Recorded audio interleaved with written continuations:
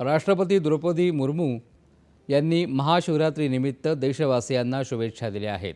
देवादिदेव महादेवाचा आशीर्वाद आपल्या सर्वांवर राहो आणि आपला देश प्रगतीच्या मार्गावर पुढे जात राहो हीच प्रार्थना, असं राष्ट्रपतींनी आपल्या शुभेच्छा संदेशामध्ये म्हटलं आहे।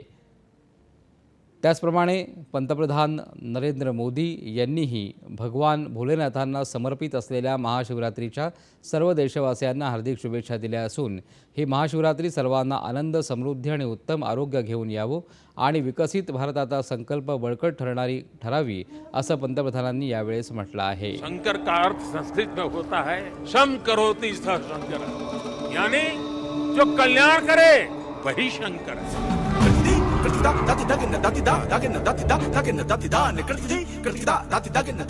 शंकर के सानिध्य में साधारण कुछ भी नहीं,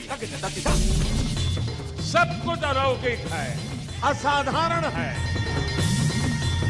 अविस्मरणीय है, अविश्वसनीय है। शिवम ज्ञानम, इसका अर्थ है शिव ही ज्ञान है और ज्ञान ही शिव है। शिव के दर्शन में ही ब्रह्मांड का सर्वोच्च दर्शन है और दर्शन ही शिव का दर्शन है। सोयम भूति विभूषण, पुष्प को धारण करने वाले हैं, वो अनस्व और अविनाशी भी है और महाकाल का आशीर्वाद जब मिलता है तो काल की रेखाएं मिट जाती, समय की सीमाएं सिमट जाती है और अनंत के अवसर प्रस्फुटित हो जाते हैं। अंत से अनंत यात्रा आरंभ हो जाती है।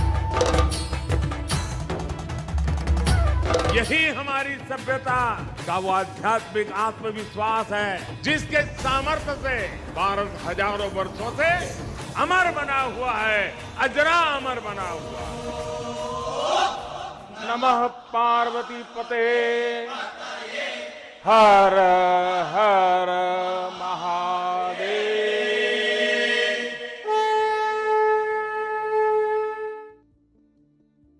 राज्यपाल CP राधाकृष्णन, मुख्यमंत्री देवेंद्र फडणवीस, उपमुख्यमंत्री एकनाथ शिंदे, अजित पवार यांनीही राज्यातल्या जनतेला महाशिवरात्रीच्या शुभेच्छा दिल्या आहेत।